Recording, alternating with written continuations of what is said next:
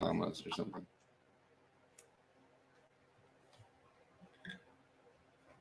Cheers, everybody. Welcome back to the Smart Poker YouTube channel on a very late and special episode of Sundazed and Confused. This is number 99. That's kind of fitting too. The last number 99. Yeah. And we have our special friend Doc MJ here with us, as well as always my wonderful and beautiful wife, Crispy Wannabes. Cheers, everyone. This is the last show of the year. Yay! Goodbye, 23. Hello, 2024. And it's awesome to be here with Dr. MJ Coco, and I think we're being joined by XYZ Vector, so we're having lots of fun already. How's it going, Doc? It's going well, guys. It's going well. I'm looking forward to scuffing some seeds. I just dropped my little scuffing tubes. So get your scuffing tubes ready. Yeah, I'm ready to go. Happy New Year's, everybody. We have a scuffing tube too. We like that method as ready well. To go. I got my seeds. I don't have water. The one thing I'm going to have to run away and get is my actual water. I got my cups, but I'm going to need to get water at some point. I got an hour. I cheated. Right? We cheated a little bit, Doc, and we went in there because we're trying to be hosting and doing everything else. I pre-scuffed them and put them in a separate little souffle cup beside the water. Pre-scuffed. I thought this job was like, I thought watching us all like scuffing our seeds was. You know what I thought about it? I haven't even opened my little bag yet. Pre-scuff. I thought this job was like, I thought watching us all like scuffing our seeds was. You know what I thought about it? I haven't even opened my little bag yet. I'm getting feedback, but it's not me. I think we're getting some feedback, XYZ. Let me mute you real quick, buddy. Sorry about that. You know what I thought about it? I haven't even opened my little bag. Is that you, Doc, or what? We're getting some feedback, XYZ. Let me mute you real quick, buddy. Sorry about that. You know what I thought about it?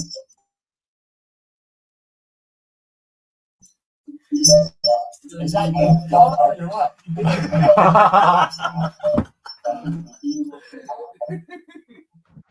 Where are we? I'm sorry. I couldn't. I think it's you, Scott. It's you. The call is coming from inside the house.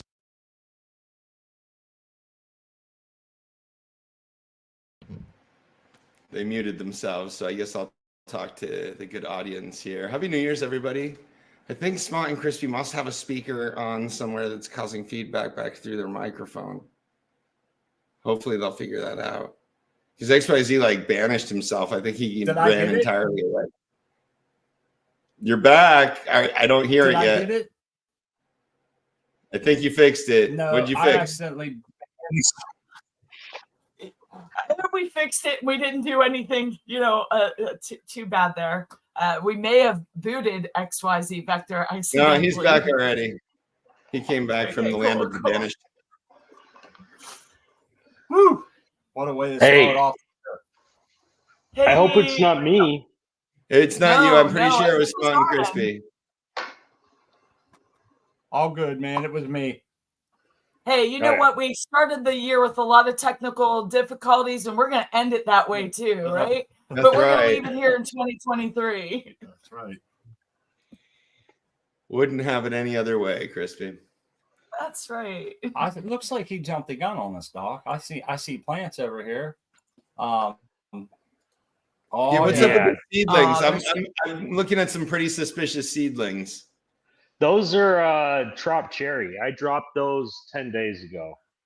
Right on.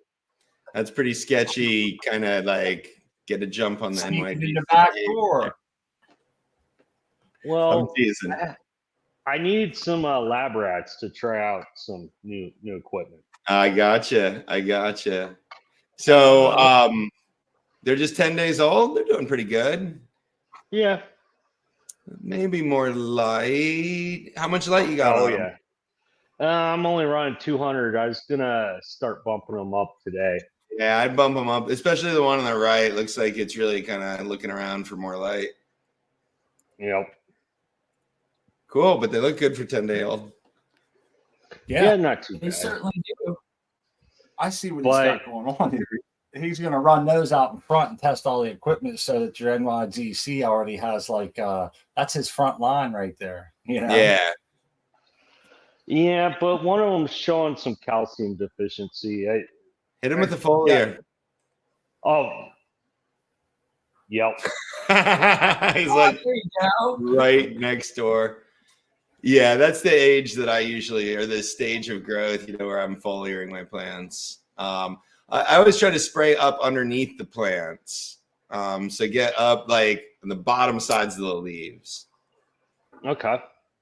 This is where like a 1 foot by 1 foot piece of cardboard, scrap cardboard, an old pizza box or anything. You just put it over them, and then you can For a vacuum shield.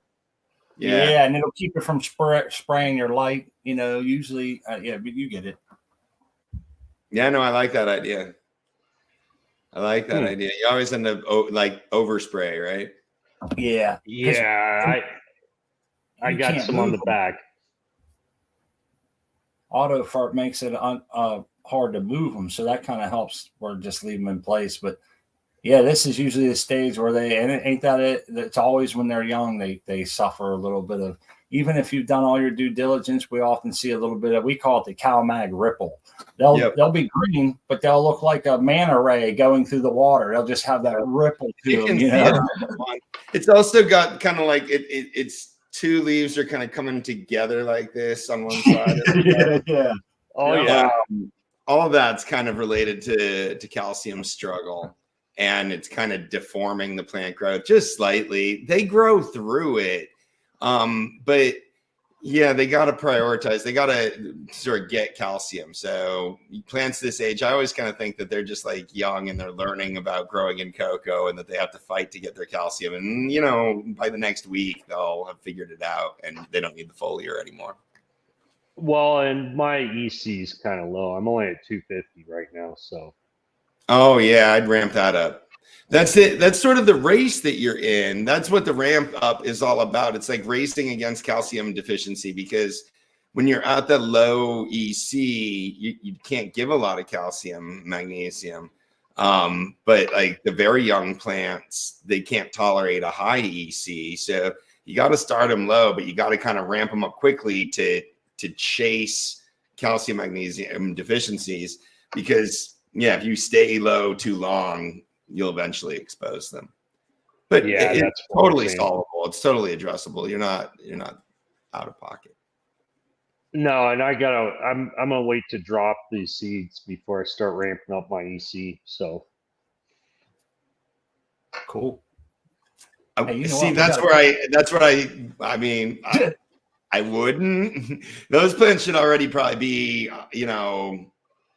much higher. That's what's going to provoke calcium deficiency, because you're in cocoa, and they can go a few days at a low EC, but if you try to push them much longer than a few days, they're experiencing that. You can foliar your way out of it, I suppose. That's my plan. Yeah. It sucks. I had to shut everything down and rebuild it, so I needed to start something to make sure everything's going good for me. Yeah, I hear you. Yeah, there's the link for the challenge for the NYGC. If you guys aren't signed up yet, we're starting in about 50 minutes. Yeah, 50 minutes. Yep. Oh yeah. Well, you can start anytime the next few days. I haven't decided how many seeds I'm going to drop yet. The growers lament. We talk about this often recently because of what we're going through here tonight. And we talked about this, and we decided, and we made a decision and have it all ready. So we're looking for 4 plants, and we're dropping 7. What? But damn! But we're only what are you doing? We're only. Let me finish here. Okay. We got 7. But we're only looking for 1 banana kush. We're looking for 1 banana kush, 1 baked apple, and possibly two of other strains. So we can have 4 different strains. So to guarantee that we get we definitely want to do at least 1 baked apple and 1 banana kush. So we're going to go ahead and drop doubles. I always drop the exact number of seeds for the number of plants that I want. I never drop like extra seeds. I mean, unless I'm growing regs, but I'm not. When I'm growing fems, and I mean, I don't have 100% germination success. So like sometimes I end up with fewer plants than I want. But yeah, I don't. That's just foreign to me.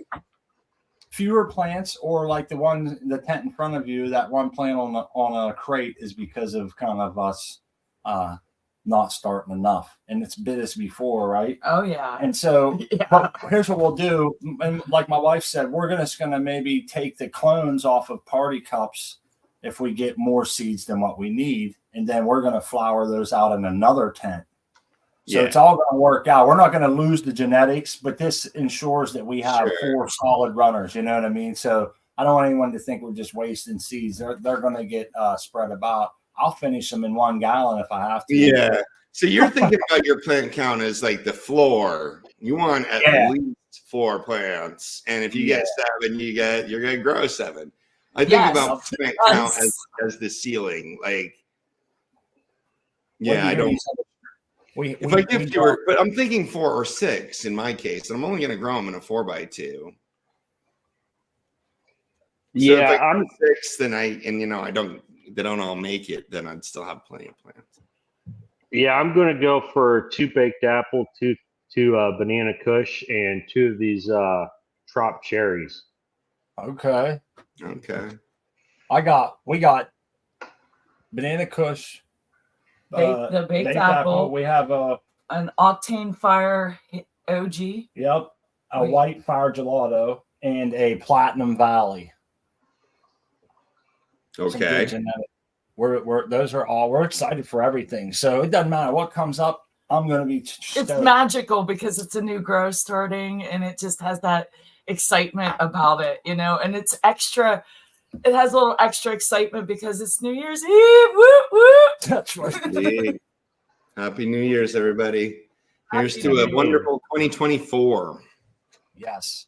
2024 seems like a better number than 2023. 2023 has always seemed like a little bit of an awkward number to me. So hope it's better. Yeah. I have high hopes for 2024. There you go. I vowed to have more discipline in 2024 for myself. I feel like that's something I could improve on a lot.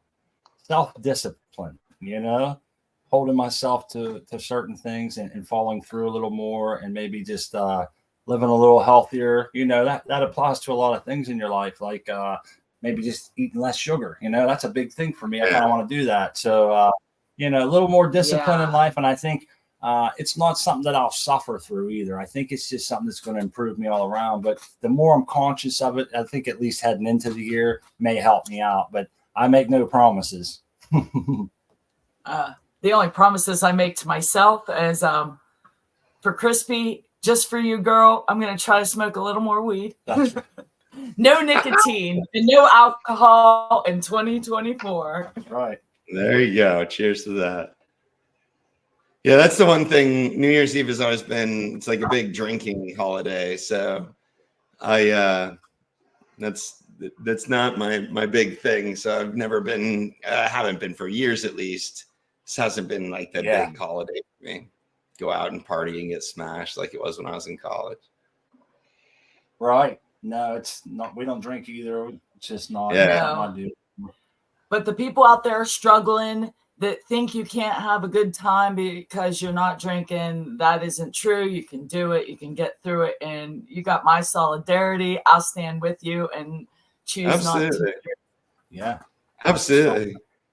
I mean, I certainly don't miss it. Like, but I mean, it's just, there's a limit to the amount of sort of drunken revelry that you want to kind of tolerate when you're not really drunk. Right. Yeah. And anybody that does drink, make sure you're safe. Call your parents, get around. Yeah, be safe tonight, guys. Going to jail or killing someone, For sure. be safe, drive safely, and law enforcement's out in force tonight. Yeah, yep. And they're everybody. People always think I'm just going to run to the store. It's all the drunk people out tonight. So stay home, man. Yeah. That's my advice to my dad. He was leaving early. I said, stay home. But I hope everyone has a fun time tonight hanging out with us. I hope they sign up for the New Year's Grow Challenge, and I hope they pick something and grow along with us. You can get your scuff you can scuff it up. Scuff some seeds, drop them in some water tonight with us, So and let the magic begin. I'm thinking 4. I don't want to do 6. 4? 6 seems wasteful for some reason. I mean, it's not, but I'm thinking 4. I got 4 plants now. I like my 4 plants now. 4 plants in a 2x4 sounds nice, and 6 may be a little crowded. Well, 6 is a shorter flip. Oh yeah. And that's really what I kind of think of. So I have to justify growing only 4 plants on the one hand, because I probably have to veg them like an extra week, maybe. Maybe not, but at least an extra few days in veg to sort of get to the ideal size. So, more plants, shorter veg, quicker flip, quicker overall harvest. I don't think it's going to be a huge difference because the plants are going to be, kind of pretty small anyways. Well, I thought about this, and it runs afoul with something else. So if we're taking clones in early February, they're 4th, 5th. I'm not sure. I forget the day. One of those days we're supposed to take clones. So if I did more than 4 plants, I'd have to flip before them, and I'd have to take clones that were already in flower. So I kind of want to do 4 so that I can push them all the way till that date without them being too big or having to need chopped to hell and back. I feel like I hadn't thought about that. Yeah, you have to work that into the equation there. Is that you're right. 6 plants would probably want to be flipped before the end of January. Yeah. Now, bringing a clone back from like 1 week of 12-12 is not that hard to do. It's not going to be a full super crop clone. Like, if you went deeper into flowering and tried to clone and bring it back, it's not going to be as substantial of a re-veg basically, because it hasn't gone that deep into flowering. But yeah, it's definitely better to cut your clones before you flip, or like on the day you flip. Right on. I know our buddy Kyle was telling us if you wait till you're deep in the flower, there you go, 4 plants. And he was saying if you're in flower, you need to take like say you're 4 weeks into flower, you might have to give yourself that like 3 extra weeks in that transition, because you're so deep into flower, to revert them back.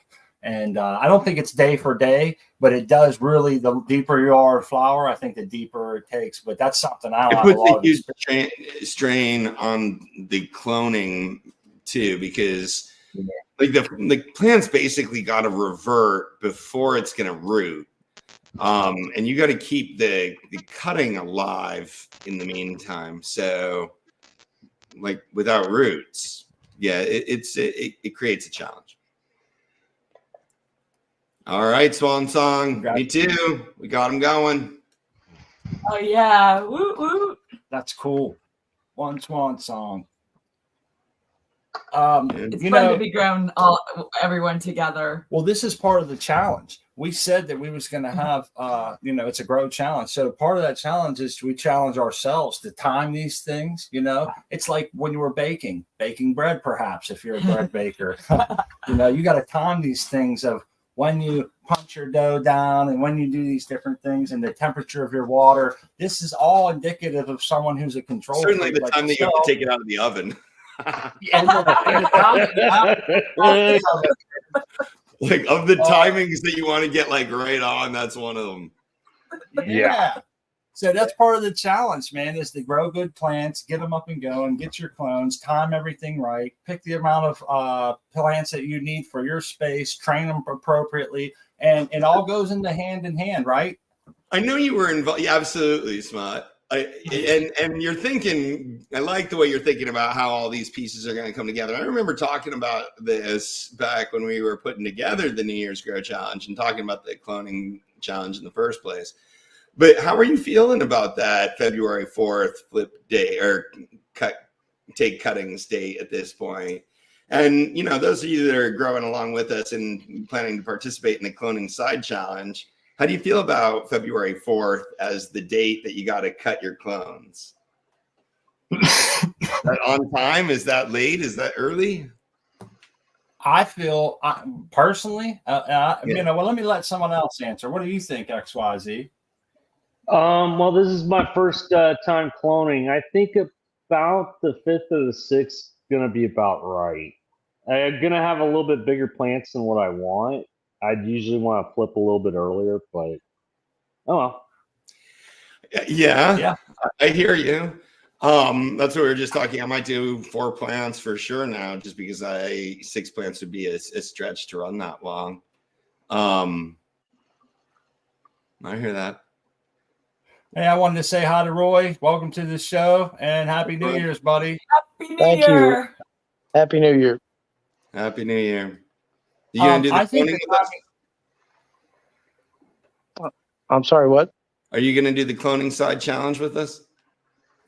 Always, whatever you want. So what do you think about the date? Is that too early, too soon, or just right? Well, I'm taking cuttings tonight. Okay, so you're growing clones in the NYGC, and then we're taking cuttings on February. I'll do a 4th. seed too, whatever you want. I'll do a seed, whatever you want. I didn't have, you know, I've had a lot going on, fine tuning, you know, with LEDs. It's not about what I want. It's about what you want, Roy. Yeah, it's a challenge for yourself, buddy. Yeah, you know, that's what we're doing. And forward. I think the timing's great. And I want to say that my wife and I don't have a whole lot of experience cloning and taking cuttings, I should say. So I've gotten a lot of advice, seen years worth of shows and people, you know, and chats and things. And so it seems to me like that middle area is where I want to go. And I think this gives us time to grow a plant to the nice size where we can take the cuttings from exactly where we want to and not be forced to like grab them somewhere else. And I think it's a good middle area. I want to ask you about that. This is an interesting thought. Does the middle area just mean like not off the first or second nodes off of the main stalk? Like anything higher than that is middle, but like the first or second nodes would be low, or just like any lower branch is low? Like what constitutes the middle or low? I would say at that point, I'm going to have, oh man, we're going to have like a good 10 nodes. We'll probably be taking some of them off before them, but they'll still be. All right, so this is great. Can I rephrase my question? Yeah, you're gonna have a 10 noded plant. Yes. Right. What's great? The best node to cut for a clone? Structure for me. I'm gonna go with length and age of the bark. I was looking for a number. So like 1's the lowest node, 10's the highest node. Which of those is going to make which one would you be like looking toward? I think 5. I think I want to shoot for the 5 area. That's what I do. Okay. 5 area. What's your answer, Doc? 3. All day. Is it? See, same for me on manifolds. It's the same. It's the same node that we talked to there. It's what I consider the first full node. And when you grow the plant, the first serrated leaf is almost always a single leaf. The second serrated leaf is almost always a triple leaf. And then the third node is the first full 5 or 7 bladed leaves. And that's why we prioritize the third node for mainline training, because the first and the second are like not complete nodes yet. It's really a little higher on the plant until you get to the full node. So I agree with that in that regard. I wouldn't want to take my cutting off of the first or the second node. From third up, I mean, the third's just going to be the biggest of the viable ones Yep. at that stage. So Yep. that's my That's a good thought. point. And I'll lose 1 and 2 early on. 'Cause Yeah, don't really I wanna trim waste- those off. Yeah, I never let Yeah. them survive as branches either. So then I figure I'd come up a few, so it's not the oldest, woodiest. That's It's interesting. only going to be like Yeah. 30 days old. Like how woody are Yeah. your side branches at that point? I don't They're know. not gonna be- I'm new to this, man. I'm just going Well, on. can I like, show you all mine? That's funny you should say that. Can I show you all mine? I'm sorry to interject, but Sure. where I'm about to take cuttings tonight, for example. break me up. Yeah, this is going to be great information for later down the road too. Give me something for my eye holes, Roy. At 10-4. Let me see if I can figure out how to turn the camera around. So you have to see my ugly butt. So hang on there. We're gonna put some Uh, we got mimosa and apple fritter, one little bud left of each from last year. And literally, when I say one little bud, like 3 bowls worth that we've been hoarding for this very occasion. So I'm so excited to get these out. And I'm glad you guys are Damn. all here with us. to See, I enjoy it. started the NYGC like way late. Like I didn't start the NYGC. how do you all but turn the camera around on this thing? Oh, you have to touch the screen till Not you my see that device. circle. Touch Settings. the screen, you should see some sort of a circle. If not, you have to go to settings. But go ahead and poke around until you figure it out, man. Okay, man. We're not going nowhere. Yeah, we're not the best to get advice from. Hey, Jess and Bean says they usually take cuts from the lowest part of the lollipop. So that's Well, when I load that's stress like train, here, we'll just do it like this. When I load stress train, for example, excuse the noise. I hear a zipper. Yes, I do. The lovely zipper sound. I'm gonna go Let here, me put you on the screen, Roy. There. Hold on. here, there, here. Not sure what he's trying to say. So how many cuts are you going to take off of that, Roy? 5 on this one, and then I'll show you the black Denali. I'm going to take 3 for that. More of a beefier So cake. is this a That's- mother plant or something? No, Are you gonna these flower are that clones thing that I just later? gotten, brand new, different strains that I've never have attempted yet.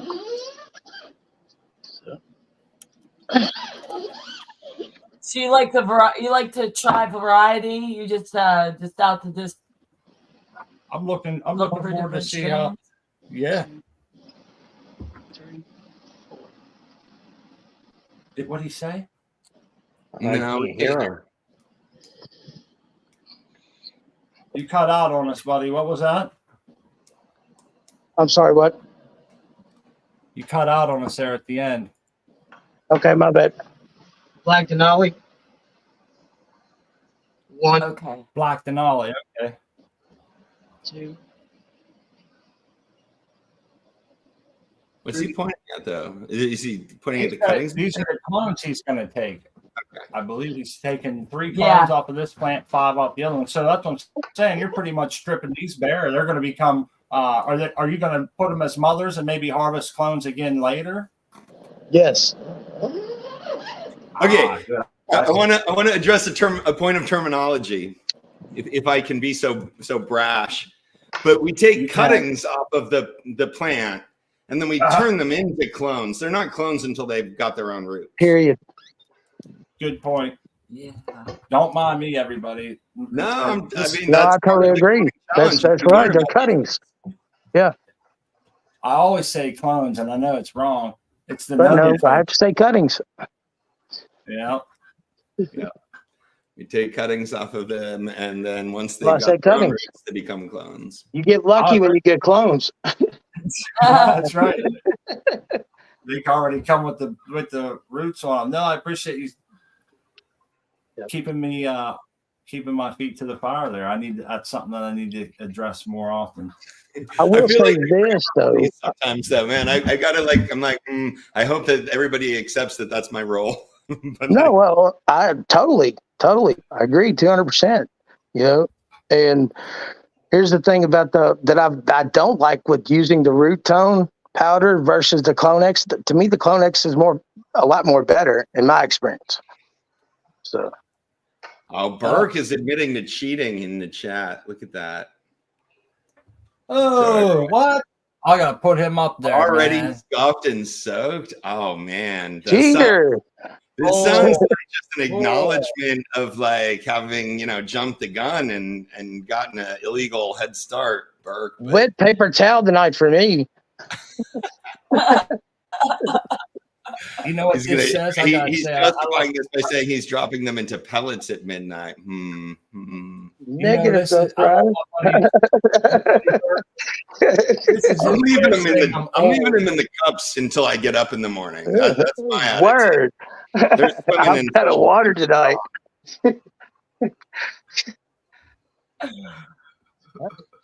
Now, I tell you, with my experience with germinating seeds, and some people think this is crazy or doesn't make sense in the wet paper towel, after you get tap roots, usually about after 3 days, if you've got great seeds, I'll sprinkle a little bit of root tone down in there and get like a little beefcake on my tap root. I've done that before. Paper towels for 3 days? Huh? You have them in paper towels for more than 3 days? No, only 3 days. They germ immediately. Okay. Yeah. I just put them in my sock drawer and they come out flying. Yeah. So, but the solo cup method with the shower cap, what I'm talking about, like a little food saver over top of it, has been like the perfect heat dome with 100% germination success rate in my experience. With on how seed. many seeds? Every seed that I've ever done after the wet paper towel, after they've germed in the wet paper towel. Oh, okay. Because I gotta say, I used to use the top of the coffee pot or the top of the VCR, whatever was handy. But I found that investing in the $20 seed mat with a temperature gauge and a monitor has been one of my best friends, because you know what it is. These seeds and these genetics are important, and I think that little bit of extra go is not asking a lot, man. You can put them in a perfect environment. It really sets your mind at ease. Because I can say this: my sock drawer today is probably about 64 degrees, but in the middle of summer, it's probably 89 degrees. So right. I have to regulate really carefully. If someone sends me $100 for the seeds for free, I want to make sure I'm taking really good care of them. I agreed, 200%. And the cardboard box, come to find out, you all has 84 UMOLs. So I got a bonus. I found a heat sealing mat to put in the bottom of it. Yeah, it's become the germinator in a sense. I could see 100% germination success rate. 13-2 cloning from soil. That's great, man. I can see Doc's wondering what he's talking about. He made a box with LED lights in it, and he puts his starts things in there. That was what he's saying was 87 micromoles. And it seems like he's been having some good luck with that. Yeah. But you're starting to see it in media. Like they're not under the light. Well, here.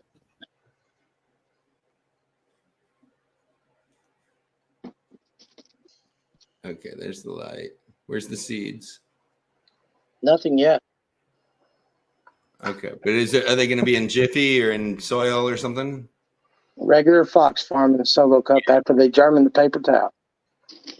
Okay, right, but they're going in there after paper towel, not while they're in paper towel. No, sir. Yeah. That's basically what I was asking. I like the little DI. It's a cool little box. I like that. I like being efficient like that, using enough light, and like keeping it just where you need it, not like lighting up your whole damn 5x5 tent to grow seedlings. It has every spectrum too. I've tried that too. Okay. The fact that I gave my first grow 40 for 40 weeks, cutting alive for 40 weeks was the game changer for me. I was saying about spectrum, the real thing that's going to matter is the ratio between red and blue. Period. Yeah. Yeah. Yep.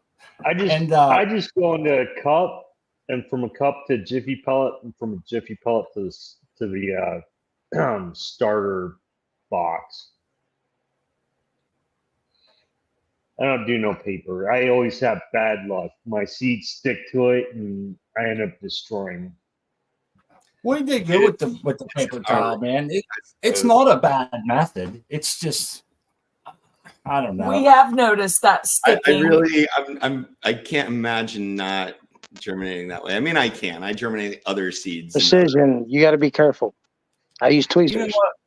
You know what? I don't touch them with anything. No, I don't touch them with tweezers. No. I think tweezers would be dangerous. On the paper towel, I do carefully, though. I only touch the paper towel. So I never touch the seed once it's on the paper towel. Each seed gets its own little piece of paper towel, and then I pick up the whole paper towel and manipulate the paper towel, never touching anything to the seed. I'm talking about after the taproot. I am too. Okay. Yeah, because if you squeeze the actual shell of the seed, it'll be like a clam, and it'll cut off the embryonic root right off. If you squeeze that shell too much, you can damage it. So you always have to so you get the little the little tadpole growing on your paper towel, and you like peel the paper towel, like just holding the paper towel, you like peel it out so like the little root is exposed, and then you very carefully just holding the paper towel like lower that in, and then you can kind of like break it off. You know, sometimes I use a tine of a plastic fork. So I'll break a tine off of a plastic fork, and that becomes. Well, the tweezers I use are plastic, so and I tried not to handle it either, and I even have gloves on after they, you know what I'm saying? That's just to kind of like push the seed off of the paper towel. Agreed. I don't really try to touch it that much. I don't like pick it up and pinch it like that. I try to like give it a nudge to where the taproot goes down. You know what I'm saying? So it's nice to do one seed per paper towel too, right, Doc? Because that way, I remember I used to come down and I. If you put more than one seed you look like a microgreen farmer. Yeah. Especially because some of them want to jump out like jumping, you know, leaping down on you. You got to be careful there. So, you know, I've put like 3, and I've never seen taproots. It amazes me all the time to see how seeds do different things. Big, you know, big taproots. Some of them small. Some you got slow starters. You've got some thick. You got some that want to come out with pushing the 2 leaves out, which is I hate that. That I get scared. You know when that happens. So I try to time that. That's in my experience. Yeah, we can only do so much. We have to tend to what we're given, you know. Mother Nature's going to come and present us with it. And it's exactly we're mimicking. That's it, man. Right, dear? Yes, indeed. I always tell her that. God grows them, we just tend to them. We got to do the best we can with what's popping in front of us here. And I've always been I've broken so many radicals trying to pick my seeds up and just squeezed them a little too hard and broke the embryonic root. I've tried, and then I switched over to using one of those dab tools that has like a little scoop on the end, so you can actually get the seed head, you know. But what happens is I'll get caught up at work or do something crazy, and then I come home and I look like a microgreen farmer because I have all these paper towels with sprouts coming that are too big, and then I feel like they sputter out, or you know, I don't know. At one time we have to consider the number in the cup growing, I think. How many are you talking about germinating, Smart? Because when I do my method, I'm growing like 4, maybe 6 seeds. If I'm growing at like a commercial facility and we're going to launch like 100 seeds, I'm not going to do this. Okay, we're going to do it a different way. So if you're doing a dozen seeds, you may need to approach this problem in a different way than if you're doing 4. I just look for a winner. What constitutes a winner? And when does a winner get chosen? Structure and no stress, and structure and no luck, and no stress and luck. From start to finish. I'm hard on myself. Yeah. Some of them, they take a while to really present, you know. You might end up with something a little crazy early, but really finish up nice, you know. We just had one of our smallest plants come down, and I got to say, out of the last grow, it's one of the smelliest ones. And you know how that sometimes sucks. I'm thinking we get the least amount of this one, and I'll be damned. Watch it be the best, you know, or whatever. And it smells so good. Yeah, it's an interesting thing to keep track of. I always have a favorite seedling, and my favorite seedling usually doesn't stay my favorite plant, especially post-harvest. sometimes it'll stay my favorite plant like through the grow, but oftentimes some other plant passes it and becomes a more glorious plant than that my favorite seedling was. But and definitely by the time you're smoking on it, I don't think my favorite seedling is usually my favorite sort of harvested plant. So it's an interesting thing to maybe track in journals or however you're going to document your NYGC grow. Like, which plant is your favorite seedling? Which plant is your favorite by the end of veg? And which plant is your favorite kind of like at the end of the grow? And which ends up being the best smoke? Because I bet it switches around. I bet it's not always the same plant. I'm still This trying is why it to would take a nail long down time. my weakest links.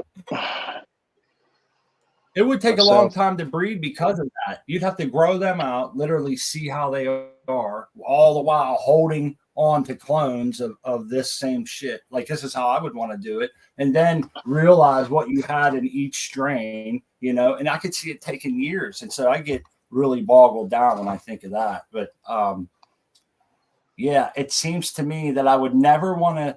A lot of times I would have gotten rid of plants that ended up being some of the best, but it sucked because it wasn't the best yielder or the biggest plant or the one with the beefiest stalk or however you want to say. Because I always wonder when people say, I'm pheno hunting, I'm thinking, all right, you started 100 plants. How long does it take to really get a good view on a plant? You know what I mean? What are you going to wait 5 nodes and say, wait, that one sucks and that one sucks? Because I've actually watched plants that I stunted come back. That's what I'm saying. It's tough. You got to get to smoking on it, man, before you can make a final judgment. Like, you can't just be looking at seedlings. You're looking at like teenagers. Yeah, I know. When I get picky, I'm hard on myself.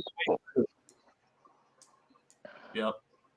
Yeah, you literally have to be smoking it, and are you enjoying it? And that's what it all comes down to. It's like, so here's the other one. Like 3 weeks after harvest, I'll have a good idea of like which of the plants I like the most, right? And then like 2 months or 2.5 months, 3 months, like at some point you may run out. I don't know how much you harvest or how fast you smoke it, but like later, it's often switched around again. Like if they've been in the jars for a while, sometimes they trade places in terms of which is my favorite. That definitely happened with Mimosa from HGCC from last year's NYGC seeds. Small. I don't know if you had the same experience. When I first harvested and for like the first several weeks, it was not my favorite. And I didn't think it was particularly potent. And then it became better and better through time and became like sort of my nighttime knockout strain at the end of it all. So that's another thing to think about. Yeah. We harvested 4 plants out of that tent, 1 mimosa and 1 apple fritter, and both of those were our favorites coming out of the cannon trawl first. Yeah. They both had great terp retention coming out of there.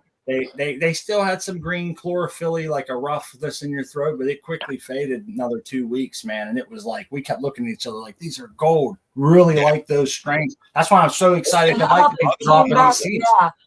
I ended up really loving it, but I didn't at first. And it took a while for it to convince me that it had changed. You know what I mean? I'm like, nah, I don't. I'm like, you know, this is actually not that fucking bad. Like, That's awesome. I like it.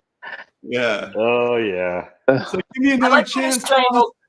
Put me back in. I like when that happens though, like, because Smart and I have been guilty of this, of writing a strain off, like, or being snobby about it right from the gate. Like, oh, we don't like that. We're not like happy with that at all. And then months will go by and we'll be like, you know what? Like, what's in this jar back here? Hey, you know, let's try that. And it comes out like, wow. That's it. That's what I'm talking about. So everybody out there, if you get a strain that you just not that excited about at first, just like give it a month and come back to it and see if I just don't want to run out of weed. Yeah, well, get your full count at first. I'll be there soon though. 100 grit. XYZ, you're scuffing in 100 grit? Yeah, I'm gonna have to. That's all I got. That's all I got. Pretty gritty, man. It's like coarse. That'll least. Hey, it'll work though. I mean, you're just like, that's road rash. You want to, It could do damage is the concern. So just be gentle. Yeah, Couple but it's a scratch- block, so I'm not even. I never gonna stuck. No, shake seriously. Oh, you're gonna like set it in the vise and like that? No. That's too rough. No. This Oh, is stuffing's rough. gently. I've heard people do it, and I've heard all about it. I've researched it myself, but I just don't do it. I don't touch them. I just put them in there. It just means I leave them alone. They sell you're roughening the test so it allows water to kind of soak in faster. And that's it. It's pretty gentle. Yeah. We're not doing a lot to them by scuffing them, but it's like anything that's got like a smoothed over surface. If you scuff it up a little bit, it gives like room for water to penetrate more easily. And that's basically what's happening in that initial stage of germination. Water's got to penetrate and imbibe, sort of soak into the outer test of the seed coat, and then it actually swells and physically ruptures as it swells up with water. You cut days off. And you can tell because seeds that are scuffed will sink faster than seeds that aren't scuffed. Truth. And it cuts days off the cycle. That homegrown cannabis company, their seeds have great germination rates, man. We got 8 for 8 and 7 for 8, and one of those didn't come up because it got all twisted up. And by the time I tried to help and shit, it was like heavy-handed maybe. So we really did great, There you go. He's getting them ready. We got 13 minutes. I'll have to go in here and get my seeds ready. I gotta go get water. Because part of dropping the seeds is you can't drop them into like an empty cup. There's got to be water in the cup. Don't forget that. That's kind of important. Let's give Doc a little bit of his own medicine here. I wanted to ask you, Doc, so on the spot, you don't have any pre-acclimated water to the temperature of about 80 to 86 degrees freedom height? 83? I cheat, smart. I cheat. You want me to tell you what I really do? Talk to me. You put your finger under the tap until it feels just about. I am going to go run out. I'm going to heat up some water in our kettle, in our little electric kettle. It's going to be pretty hot. I'm going to pour it in just, like a finger or two into the bottom of my cup here. It's going to be pretty hot. It's going to heat up like the whole cup. And I'm going to wait 12 minutes or 11 minutes or 10 minutes, whatever I've left. I will test it until it's like not so hot that it's like uncomfortable for my finger, and in go the seeds. All right. So where do we find this on the Cannabis Grow Guide, or is that how I had to give it to you, man. I had to give you here. I just stick it to you a little bit. But it's pretty much on, like, if you're comfortable in the water, it's about the same temperature you are, right? Like about 100 degrees or so, when you can't kind of feel the water because it's the same temperature. That's kind of what I'm looking for, like that warm water. But it's going to cool rapidly. It's not going to be able to maintain its temperature in the jar. I'm going to sit y'all down for just a second. When we come back, like in an hour or two, the water is going to be pretty cold, even on a heat mat. All right, I'm going to go boil my water.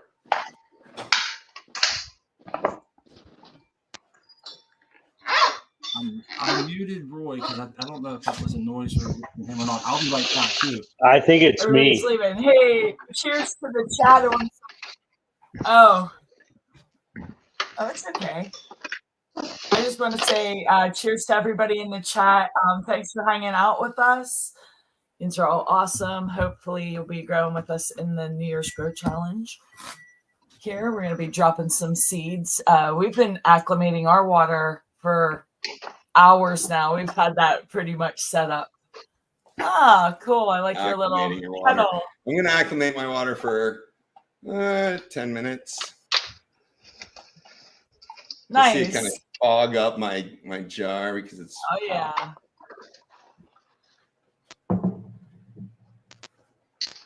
Two varieties, 2 jars. I'm gonna get some labels going for these. Yeah, that's important too. Fortunately, Smart the and little thing that they shipped us to is sticky paper, so I'm just going to use it to write some labels and stick them on my jars here. So we got Banana Kush and what was the other one? Baked apple. Baked apple. BK and BA. Are you guys all working on dropping your seeds? Hey, I'm just getting my water yeah. warm. Yeah, we have our water set up. Smot's gonna go in and take care of that for us. But we already had the water already, warmed up. We have we have like little cups that we have already labeled with the strains that we're growing, and then I just take those, like when we just take the label from the little shot glass that we're putting the water in, and we transfer that every time we do a pot up. Then that label stays with that from the very beginning. I find that Sometimes I have to replace the labels because they get messed up, but I try to just move them around. Yeah. All right, I got my BK and my BA. Still pretty warm. Nice.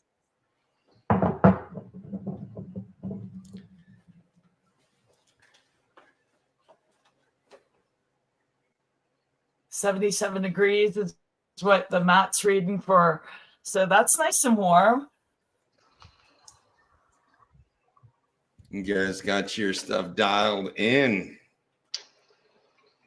What's up, Tom? Yeah, we do. Like Smart. What's up? Go ahead, Crispy. No, all I was going to say is Smart went ahead and scuffed the seeds, and he has them in one cup sitting next to the cup that they're going to go in the water. And the stroke of midnight, we're going to go in there, and he's going to just drop them right into the water. So we did get a little prepped on, the one end. BNK. Hello, American One. Rocinante. I see Jason, Berkshire Bud. It's nice to have you all here celebrating with us. Happy New Year, guys. Happy New Year, everyone. Everyone out there on the East Coast. Like happy 9 p.m. Woo! Yeah, you're up past your bedtime there, Doc. I know, right? It's late. He's kind of teasing me, but I usually am in bed by 10. I will say we're all dropping seeds, and I've seen you stay up later than 10, though, Doc. Yes, I definitely am capable of staying up later than 10. I just like getting up really early in the morning. I like watching the sunrise, so I'm willing to go to bed earlier. Yeah, the sunrise on your patio is very nice. Yeah. Oh, yeah, we got Smart. the labels out. XYZ's got his seed set up. Look at that. Yes, I'm all ready now. I'm back. We're ready. We're ready. We're ready to. We still got 3 or 7 minutes here. We got time. Yeah. I'm still smoking a bowl of mimosa. We got another one broke up here. Cheers to the chat. You tell everybody hello. Yeah, I said. Hey, I wanted to say thanks to Doc MJ and Cocoa for Cannabis this is our 3rd year of hosting this kickoff party here with you guys, and it's been a real honor to grow along with everybody and to be a part of this, and we feel really honored, so thanks, buddy. Yes, thanks for doing it, Spawn. I really appreciate you guys stepping in and kind of hosting and being the NYGC channel for us, so thank you. I love it. Yeah, it's been a lot of fun. Look forward to it. And there's a lot of different shows happening today. I know a lot of our friends will be bouncing around, so it's nice to see everybody. Hopefully they stop in long enough to say hello and hang out for a little bit. I see Burke and everybody in there. It's going to be nice watching all these seeds growing in everybody's tent, isn't it? Different styles of growing and everything else, and I'm really excited. Absolutely. That's always my favorite part about this is just seeing everybody start at the same time and following along and watching different people and how they sort of handle their grows and seeing some plants taking off and kind of wondering what those growers are up to. And then, yeah, it's always fun. I want to thank all of you for asking me to be here. It means a lot. Absolutely. Yeah, I never thought I'd be here in a year. Collaboration, Roy. It's part of it. Having an open mind, being science. You know, Cocoa for Cannabis is the science and practice. So we like to think about the science behind it and then see it happen right before our eyes, man. And it's always been an astonishing thing for me. I can see that you have that same common thread running through you as well, and all these people that show up in the chat week after week, year after year. It's a thread that runs through all of us. And Doc has taught us that, as well as a lot of the other authoritative figures in the community, that collaboration is one of our best tools, man. You can really get a lot of information without going through some of the heartaches, and you can share genetics, and all these things are just great, man. There's really no downside to it. It's like quitting smoking, man. Yeah, I was lost before I found it, though. You know what I mean? I had no freaking clue. I mean, my God, you know, and just how everything happened, you know, it just astonishes me. You know, the shit that I've dreamed about for 20 years, I made it happen. I set the bar high for myself out of the gate. So it's been a hell of a year. It's been the best year of my life, actually. Awesome. That's real. That's real. And I thank all of you for that. For me to be a part of that. I mean, it's priceless what you guys do. You know, it honestly is. The honor is mine. There's a pride to grow your own medicine, Roy, that's almost unattainable in any other way, you know? It is. Agreed. 200%. Your own food and sharing that with other people and sharing the knowledge that was so freely passed on to you and passing it on to someone else. And that's just like a big circle in life that really makes you feel good, and it helps people. It's self-serving and it helps people and all that good stuff. So no, everybody grows, everybody benefits from it. Well, I was ready to hang it up. I ain't gonna lie to you, man. I've been through a whole lot, you know, military wise and in my mind, but this has given me the peace of mind that unconditional love can never take away from me. And you all were that bridge that I searched for. And so when I really say the honor is mine, you have no idea. You've made my life in the last year. And I thank all of you all for that. It means a lot. I'm humbled to hear that. I'm happy that you're here growing with us. And cheers. That's powerful. Those are great vibes going into the year 2024. Yeah. Amen. Oh, yeah. Highlights for this year. That's how you get your seeds to crack, man. Good vibes. Yeah, there's good vibes, right? I'm scuffing up That's everything. It just puts a smile on my inside. You know, happy fucking New Year. You know what I'm saying? It don't get any better than this, man. It's amazing. You know, that's the best. You know, maybe that sounds like a cliche, but that's just using that term lightly of how good it is. You know, it's priceless. That knowledge is. You going to cut some clones, or maybe take some, drop any seeds or anything here, Roy? I'm dropping 4 with you right now. I just got 2 minutes. You didn't see it? In my clock. You didn't have the paper towel out? You didn't see it? I already have. That's true, Burke, but Burke's calling me out here on the chat. But Burke, the NYGC starts at midnight East Coast time for everybody, whether you're on the West Coast or not. It says that right there in the rules that I wrote. East Coast. Oh, yeah. East Coast. Yeah. That's right.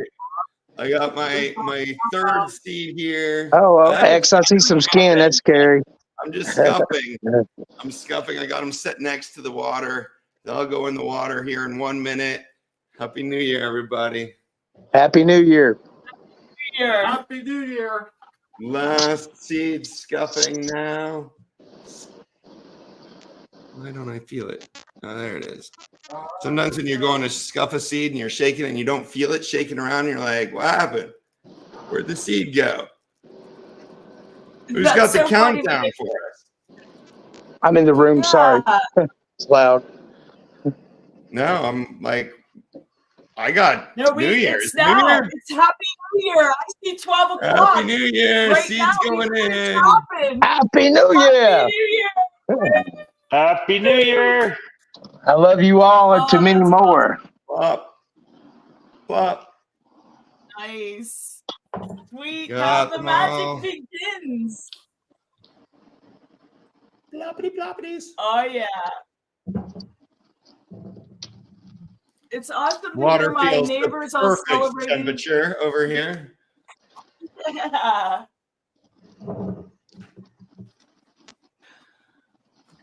All right, guys, another successful launch to the NYGC 2024. Welcome everybody to the new year. That. Happy New Year. Happy New Year, everybody. The grow is officially underway. Now the clock is ticking. Once we get that seed wet, life is beginning. Things are happening and the magic has started. That's right. That's right. That's right. Cheers. I'm packing up my leftover seeds. I put the label in there with it so I know what the hell they are. And then like 2 years when I come back to them. Yeah. Oh. Now, Smart. Thank you to Homegrown Cannabis for being our sponsor for this. You don't want to sing for everybody. Oh, she wanted me to sing Auld Lang Syne, and I can't do it. I don't know the 12:01 a.m. They're in the bag. There you go. For old acquaintance, be That's it. You did a great Yeah, job. you did a great job. That's nice, man. Smart changed the words a little bit and had like cannabis. something It was about- so brilliant. I was ran like, out of the "Wow." words. I didn't know the rest of the lyrics. That's why I kind of trailed off. I love it. Oh, that was great, dude. Hey, we really appreciate everybody joining us. I know it means a lot to me. People will ring in the new year with us here on our show and in this spirit of the New Year's Grow Challenge and all that. So it really does my heart well to go into the New Year's with this group around us. We spend twice a week here and a lot more than that with some of other people here. And it's just it's a lot of fun and growers love, and I appreciate it very much. I know it's late. The honor is mine, sir. Grower love. We got that good luck too. We're like Smart and I are very lucky to be doing this all with you, and that luck is going right into the grow, Right into the seeds. right into the seeds. We'll be smoking We'll be smoking the baked apple and the banana kush, hopefully with all of yins next year for the 2025 New Year's Grow Challenge. Yeah, we'll have it all year long. There you go. There you go. This is some of my favorite time of year to grow. Keep in mind, Burke, there's probably a delay. I'm reading the chat. It's like we missed midnight. I think we were on it. My clock said we were on it. I mean, my clock said it was exactly 9 p.m. Yep. Yeah. I get by 12:01. Okay. my clock said 12. It was at when I ran in there on the on the dot. the But computer. yeah. The computer. Well, We put them in the sock drawer. They're in the dark. It's hard to do. It's now, Burke, but we already dropped our seeds, buddy. Yeah, it's past midnight here. Yeah, we're all done. of our neighbors. Hey, were I was a minute celebrating. late. Give him a break. So Our buddy OK Jace is going to be smoking that banana kush. We saw his grow the other day, and they look really, really nice. Oh yeah. Yeah, they did. They did. Jace's doing a good job over there. Yep. I got a great Christmas story to tell you. So Dean sent me a lump of coal in the mail, and a styrofoam box, and guess what it was? What's that? Anthracite. Oh, Oh, wow. that's nice. That is so cool, man. That was nice. Dean's That's a good pretty guy, cool. man. Yeah, he sends out a lot of genetics and hooks up people in the community, and he's a great grower for CFC. A lump of coal. I'm just that's your what all they call student, okay? All of you all. I'm just your student. You know, I'm just a student, man. I just sit back and I've absorbed everything in. And, you know, at the end of the day, we all have lives. And, you know, there's a common bond, though. But it's right here is price. And I wish It looks like everybody you're could be a part of that. very well. That thing's broke in already. It looks like you're getting some good use out of it. There is a common bond. Mine's the same way, man. It's getting all plugged up from our homegrown buds that we learn to grow and share with each other. That's wonderful. Well, even more amazing, Rocky Bandit in here sent me $1,900 worth of equipment, including my first LEDs, because I helped guide him. Wow. So it's like, you know, it's that doesn't happen every day in life. And I get taken back by that. Yeah, man. You know, it's all of you. I just sat back and listened and listened and listened some more. And I still do. I can't get enough. Okay. No offense. You know, it's just, I can't, man. You know, it's amazing. And it's like, I want to be great at it. Okay. Right now, I'm just good. You know what I'm saying? You come to learn with us, Roy. That's what this show and CFC and the chat and all that's about. We all learn together, you know. All these different people are on different levels at different times and at different stages of growth, at different sizes, different equipment. And when you absorb all that, you end up putting together what's best for you. You can look at other people's environments and maybe suggest things that might be best for them. And it is exactly what you're saying. It's really cool. You get to soak it up. Today's student is tomorrow's teacher, or, you know, and so, you know, you might be more advanced than one guy and then you're coming to someone else for advice. When I have problems, I go to Doc or a handful of other people that maybe here in the chat or wherever. So it's always just a shared circle, you know. And I thank you for that. But I feel like I'm still scratching the surface, and I have always more to learn. A closed mind never gets fed. Hey, Roy, I always say this: the more I learn, the more I realize what I don't know. And that's the truth. When I spend it into lighting and breeding and everything else, I was like, wow, this could be way deeper than I really want to do, you know? Hey, look at that. I wanted to say, he's got a little box. XY, that's looking awesome. I just learned that. I just learned that by you. Huh. Yeah, that's cool. I love it. That was cool to see that in play like that. You built a nice box. That thing was tight. It looked like a little house. He had all the sides. And it was like a little hood that you could put right over it. I liked it. Well, I don't want to clean it up afterwards. Yeah, it becomes messy oftentimes. So in the foliars, when you don't do something like that, I loved your 320 video though on the Medic Grow Doc. It was amazing. It was very educating, and you know, LEDs are a new learning curve for me, big time. For growers on every aspect. What I disadvantage is it doesn't go to 20% instead of 40, which is yeah, the dimmer's limited. You can get a controller for a lot of lights that have a limited controller like that, and dim them separately with the controller. Right, especially with clones. And I learned that the hard way because I fried my clones almost off the rip with the LED, and they had to go with the clone. I would get a smaller light for doing your cloning. I have one, and I did. So you had sort of enough plant to fill that area. And I do with the 2x2. It has 148 UMOLs. They're small. The little LED bars. They also have far reds that I got for the 2x2. They were cheap as shit, $15, and that's perfect. That's micromole. You're saying UMOL or something? It's called micromoles. I know. I'm just used to saying it proper. I can't help it. That's my role. We've already established that.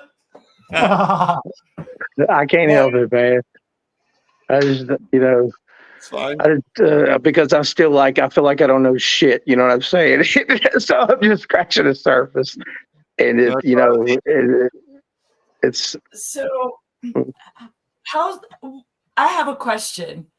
When we're talking about seeds floating and sinking, what's the importance of that? Like, is it something I should be worried about if my seeds aren't going to sink, or if I have to shake them up to get them to sink, or is it indicative of viability? So on the one hand, they'll sink when they've imbibed sufficient water to become sort of negatively buoyant, right? And so most seeds will eventually sink. Once they're sunk, they'll imbibe water faster. So there's an incentive to kind of get them to sink, even if they're not kind of fully ready. Like poking them down, I can support poking them down, because once they're entirely underwater, they'll they'll imbibe water faster than they will when they're floating on top of the water at the surface, and basically only half of the seed is even touching the water.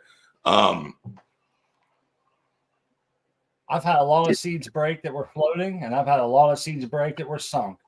Does water temperature now affect there's different that? levels of floating. So here, when you first drop them, you can see they're already slightly negative, but they're basically right at the surface. And from underneath, you can see most of the seed is below the water already. But at the top, and you can't really see that, there's part of the seed that's like not wet, where the surface tension of the water is not covering the seed there. Does And water it's temp obviously affect not that? imbibing water where it's not wet. Does water temp affect that? Water temp, I don't think it really affects the rate of imbibition much. I think it affects the metabolic activity in the cell, in the seed itself. 10-4. So as the moisture starts to soften the seed coat, it basically starts to waken up the dormant germplasm of the seed as well, and that very slow dormant metabolism will start to speed up, and the seed will start to use the sugars and the starches that it's stored to sort of power its initial growth. That makes sense. It'll do all of that faster at a higher temperature, or at the right temperature. Okay. Yeah, don't go putting them under like 1,000,000 degrees water. No, absolutely not. I've never even attempted that, but that's why I'm asking. So I've never even attempted water. No offense.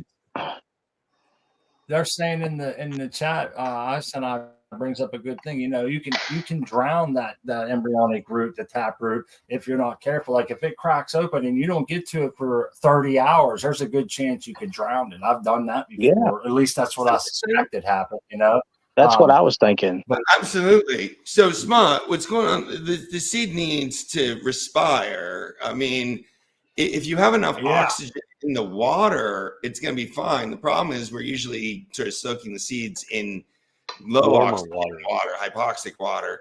It's one of the reasons to potentially use hydrogen peroxide when you're doing that. That was my next question. Oxygen. Yeah, or an air pump or something like that would potentially aeration to oxygenate the water. Makes sense. Yeah. Other than that, you need to get it out of the water, out of the hypoxic water, and into a media that has access to both air and water, like a paper towel or peat or cocoa or something like that. This is why we live by the rule of we soak it for 12, 18, maybe 24 hours, but taproot, cracked open or not, they go right into the cocoa.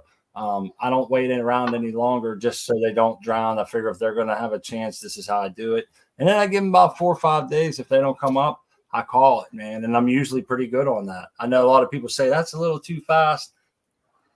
I feel like if they're not up by then they're not very viable, and they're not whatever works for you, buddy. Yeah, man. But I've noticed a lot of people have different ways of doing this. I don't add hydrogen peroxide. I feel like there's a fine line between adding an extra oxygen molecule and frying your plants. I think it's stress. I agree. That would be my shit, man. I would say that the line is maybe not quite as fine as you think it is. Okay. We can put some hydrogen peroxide into your germination water without. I mean, you have strong ass hydrogen peroxide, so don't be doing it like straight or even at a large fraction of the overall total. Like if you only got that much water, you should be measuring your 30% hydrogen peroxide by the drop. But even next question though, could you even argue genetics as a factor in that too? In what? In the whole process. The germination Maybe process? The freshness. Just as far as the method to do it, delicate, whether it's soaking, whether it's paper towel, etc. I mean, if you have something that to be particularly finicky or not. I don't know. I'm asking. For example, would want special treatment because you need to you take extra measures to get them to germinate quickly, because they're not going to have as much starches and sugars left to sort of power that growth. So you'd want to make a clean path for them to germinate. Not really. When in cannabis, it's all one crop. We have different varieties of the same crop, basically. And at the germination stage, the requirements of different varieties are all going to be basically the same. I see XY putting some in right now, didn't you? Yeah, I put a drop of 35 in each one. Just one drop. That's definitely safe. Yeah. That's not going to hurt it. Nope. And I run. And you got like a full cup of water there too. Yeah. You got more water in your cup than I did. I shared something with Bert tonight that I'd found out because me and Dean were talking about it, pH meters, and I haven't even experienced that. And you know, when you get the oh shit button pressed when your pH meter don't work, because they all mess up, I looked into the optical side of the equation, which has to do with chemo. And it's a really interesting science conception that's new. But me, I want to nail everything down. I'm a perfectionist. You know what I'm saying? And if it applies to water, or of course pH does. It's let's outweigh that. Why not try to nail everything down so you as an operator don't mess up and question everything you do? I didn't follow that. Yeah, I don't understand what the question is there, or the statement, I guess. As far as pH meters, because it's gotten me off of wanting to do other methods. Hydro. You should get a good pH because I want to be a well-rounded grower. Okay. Well, you don't have to pay a lot of money for What's a good the problem, pH meter. I don't know where we're starting from. What do you think? In other words, if you have to press the oh shit button if your pH meter goes out. I don't know. Brand new. So Roy, meaning it goes to shit. Can I ask a question? I don't know what you mean when you say you have to press the oh shit button when the pH meter goes trash on you. But that doesn't really make sense. Right. So we can calibrate pH meters, and even after that, though, calibrate it. Does it break and not work? Sometimes they'll break, and eventually the bulbs need to be replaced. So you can either on some meters you can replace the bulb, or you have to replace the whole meter. But I don't know what you mean by the oh shit button. Like it doesn't just like. No, when it does that, and like because your pH is not that, for example, what it is, and including the better. And then even after you recalibrate it, it's still not doing it. They go out bad. I just want them to be better. That's what I'm saying. You may need to buy a better meter. Yeah. So there are cheap ass meters, but there's a lot of great pH meters out there. I'm talking about the ones that everybody recommends in here. Okay. If I attempted that, what is it? The para. Yes. We all use that. That's a great meter, and if it went out, they'll replace the tip if it went out quick. And the tip is what I'm talking about. You got to take care of your meter. You got to keep it in storage solution, and you got to calibrate it every so often. It's a tough thing to measure. True, but if you're vigilant about it and it still takes a crap on you, is what I'm saying. For me, example, as a new grower, instead of buying one, I would always buy two. That's what I'm saying, just in case. That's what I meant by the oh shit button. And all I'm trying to do is like maybe suggest a fail-safe meter. In other words, and to me, the only thing that I can think of, and correct me if I'm wrong, is why I'm asking this question, is because I have a swimming pool. If so, a litmus pH, would that read accurate? No. It would be tough because it depends if you have nutrient solution in your water, because it'll eschew what the color is when you're trying to do the litmus test. That's how I've always, it's tough. If you have, I was just asking because I haven't done it though. It's just a question. Is what I'm saying. Yeah, it can be very accurate. You don't need to be super accurate with it. You're talking about the color drop test, right? Or the paper tests? Just a little. It's a 5-part test. One for pH, chlorine. Yeah. Yeah. So our nutrient solution, especially if you're using a lot of micro or other things, they have a lot of color to them. It can distort that. You can get away with that. That's a good backup to have on hand sometimes if you're sketched out about your meter. But like I don't think meters are as scary as you're making them out to be. No, I'm asking because I've heard, you know what I'm saying? And I haven't crossed that bridge yet. So I'm just trying to, before I attempt it. pH meters are pretty, I mean, they have their issues, but you can solve them. Yes, sir. That's why. Yeah. If you don't feel your pH is reading right, you calibrate it. If it doesn't calibrate, you get another meter. It's yes, sir. Simple. And if you only spend $10 on your pH meter, expect problems. If you spend $50 on your pH meter, it's going to last a little bit longer. If you spend a couple $100 on your pH meter, you're not going to have very many problems with it. So this is also, what do you want to spend? Respectfully so. I get it. And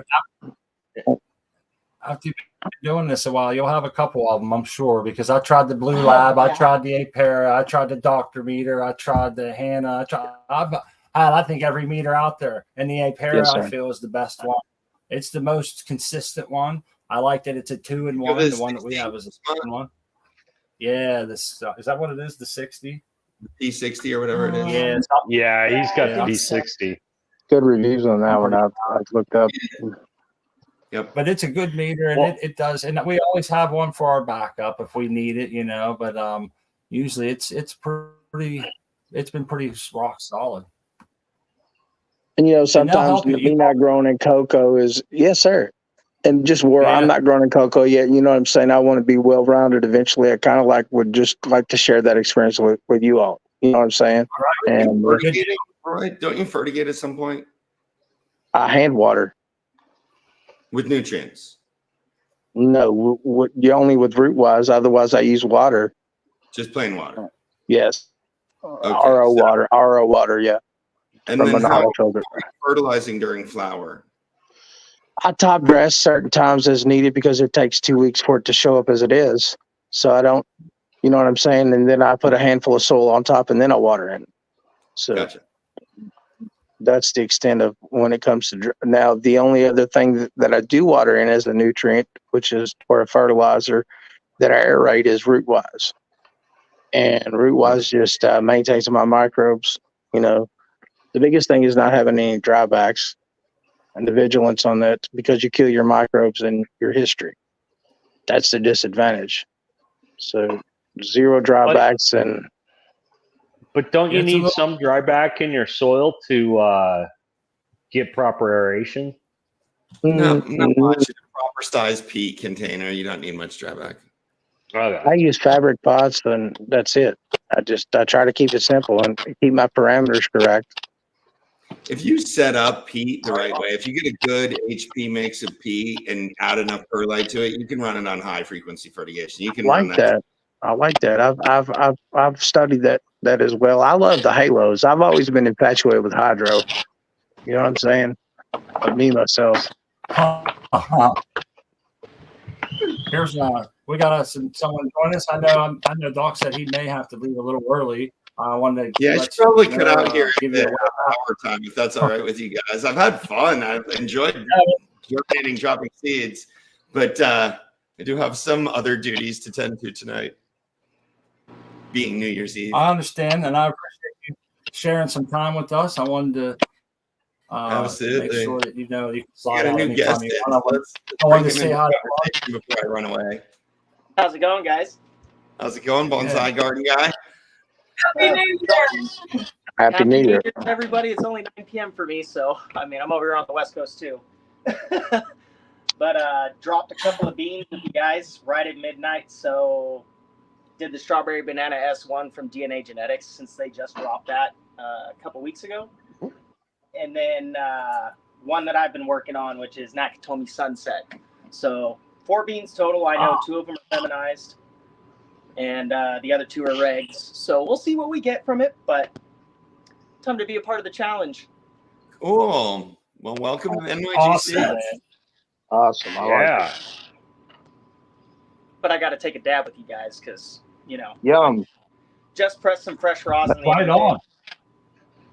Awesome. Hell yeah, this is exciting. We'll pack another bowl. like it. And Let me see if I can get in on that for you guys. There you go.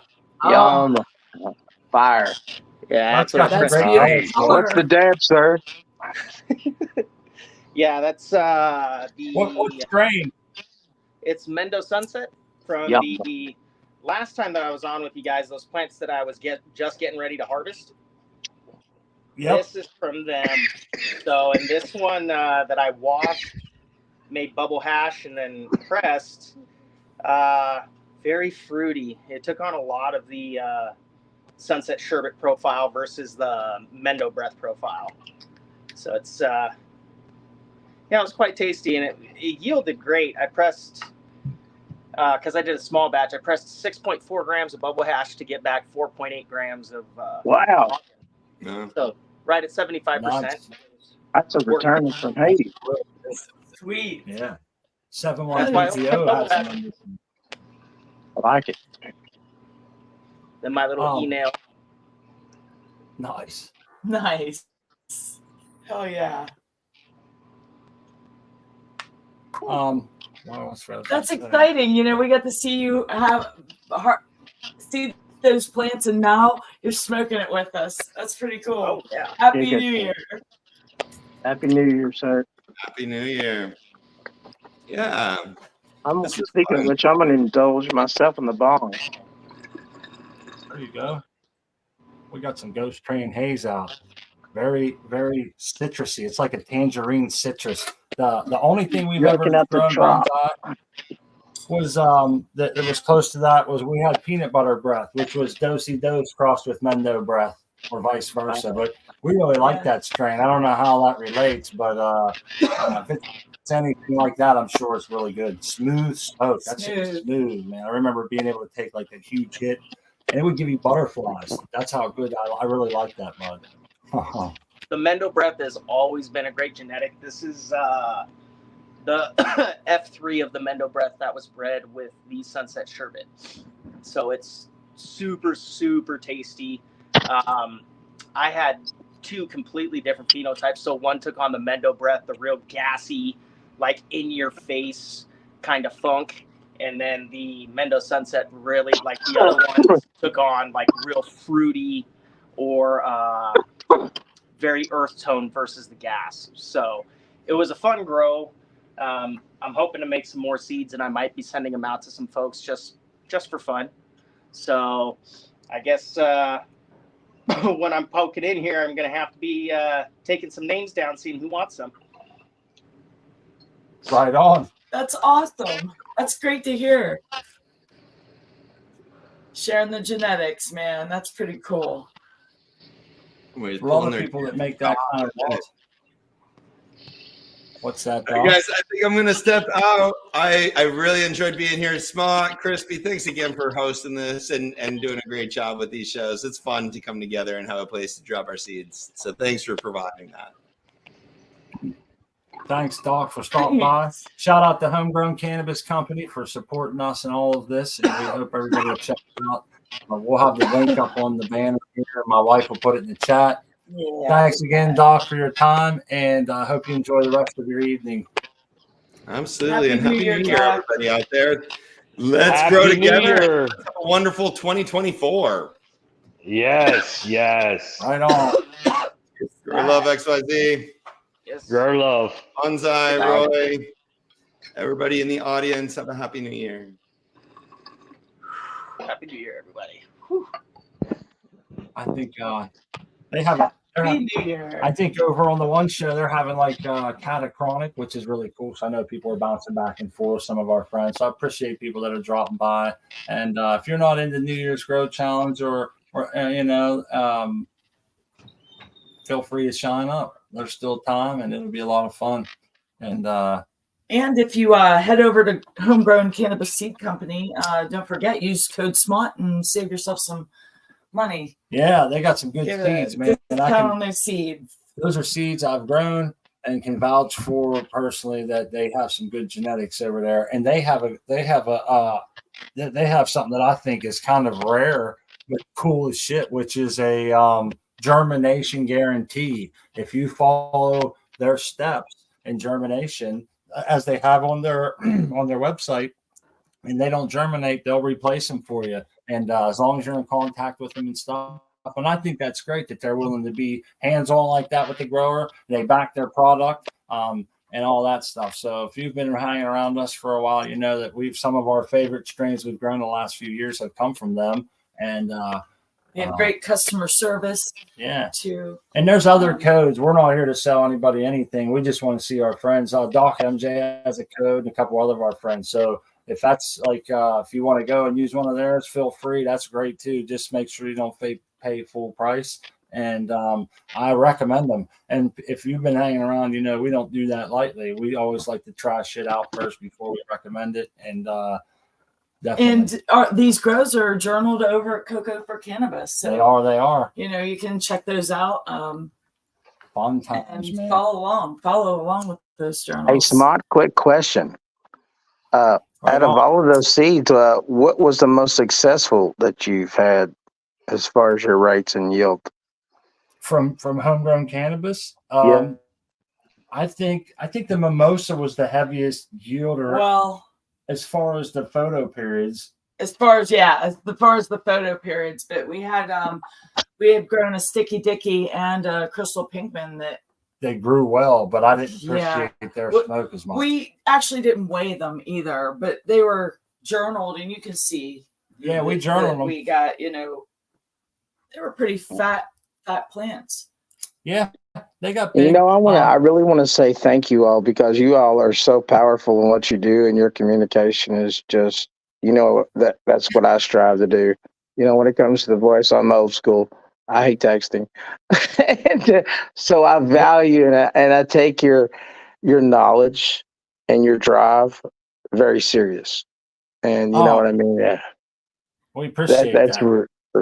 That's real, man. X, yours as well. You know, and Bonsai, it's an honor to meet you as well. You know, my foot finally got in the door. I had to dig at this, and I'm still digging. You know what I'm saying? And you know, when you dreamed about something for so long, and you've been on basically the PTSD of the BS, if you know what I'm saying, and you find that holy grail, the sky's the limit. You know, man. Attitude's everything, right? Yeah, Roy. And everybody wants to be a part of something, man. You know, nobody wants to feel like they're left out, especially if something that they enjoy and they appreciate. We've all felt that before.